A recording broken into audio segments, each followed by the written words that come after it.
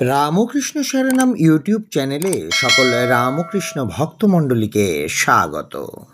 আজকের পাঠের বিষয় শ্রী রামকৃষ্ণের সাধনার শ্রেষ্ঠ সিদ্ধি, সিদ্ধিদাত্রী মা শারদা। জননীং শারদাং দেবীং রামকৃষ্ণম জগদ্গুরুম পাদপদ্মে তয়ো শ্রিত্বা প্রণমামি মুহুর্মুহু। সন্তানের যত আবদার মায়ের কাছে, পিতার কাছে যা চলে না মায়ের কাছে চলে। ঠাকুর জানতেন, তাই অন্য অবতারেরা যা করেননি তিনি তাই করেছিলেন। আমাদের জন্য মা তৈরি করেছিলেন। ঠাকুর সর্বস্বের সর্বস্ব, পূর্ণের পূর্ণকে দিলেন জগৎ কারণে। নিয়ে এলেন স্ত্রী, তাকে করলেন জগন্মাতা। মানব মন্দিরে তাকে প্রতিষ্ঠিত করলেন। এই নাও তোমাদের একটি মা। পাথরের মা থেকে চিন্ময়ীকে প্রকাশ করে দুঃখ সুখের মা, ধনী নির্ধনের মা, পাপী পুণ্যবানের মাটিকে রেখে গেলাম। তিনি মানুষের ভাষায় কথা বলবেন, মানুষের সংসারের বাতাস নেবেন, দারিদ্রকে অঙ্গভূষণ করে দারিদ্রের মর্যাদা বাড়াবেন। হিন্দু, মুসলমান, খ্রিস্টান সবাই তার সন্তান।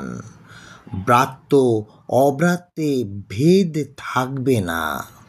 শাস্ত্রের মন্দিরে পুরোহিতের শাসনমুক্ত পথের মা, ঘরের মা, জ্ঞানীর মা, মূর্খের মা, বালকের মা, প্রবীণের মা, পাগলের মা, সুস্থের মা, কীট পতঙ্গের মা। এমন একটি প্রকাশ, এমন একটি নির্মাণ শ্রী রামকৃষ্ণ ছাড়া কে করেছেন, করতে পারতেন? কাতরে অকাতরে দিয়ে গেলেন কল্যাণীকে। শ্রী রামকৃষ্ণ সাধনার শ্রেষ্ঠ সিদ্ধি, সিদ্ধিদাত্রী মা শারদা। অনেক নাচ নেচে অবশেষে মা বাঁচাও আমরা ভুলে বসে আছি সব মানুষই কোনো না কোনো মায়ের সন্তান। সমস্ত মা যে শরীরে এক হয়েছেন তিনিই মা শারদা। মাঝে মাঝে আপন মনে বলতেন, ঠাকুর এত ভার আমি সইতে পারছি না। আবার কোনো বালক ভক্তকে বলছেন, দুঃখী মানুষের ব্যথা কত, বড় হলে বুঝবি, তুই তো মানুষ। তিনি স্নেহময়ী ছিলেন, স্নেহ দুর্বলা ছিলেন না। কিন্তু সারা জগৎ শিশুর মতো কাঁদছে, মা দুহাত বাড়িয়ে ডাকছেন, চলে আয় যন্ত্রণা মুছিয়ে দি। কিভাবে? খানিকটা শক্তি ঢুকিয়ে দেব। সেই শক্তিটা কি মা?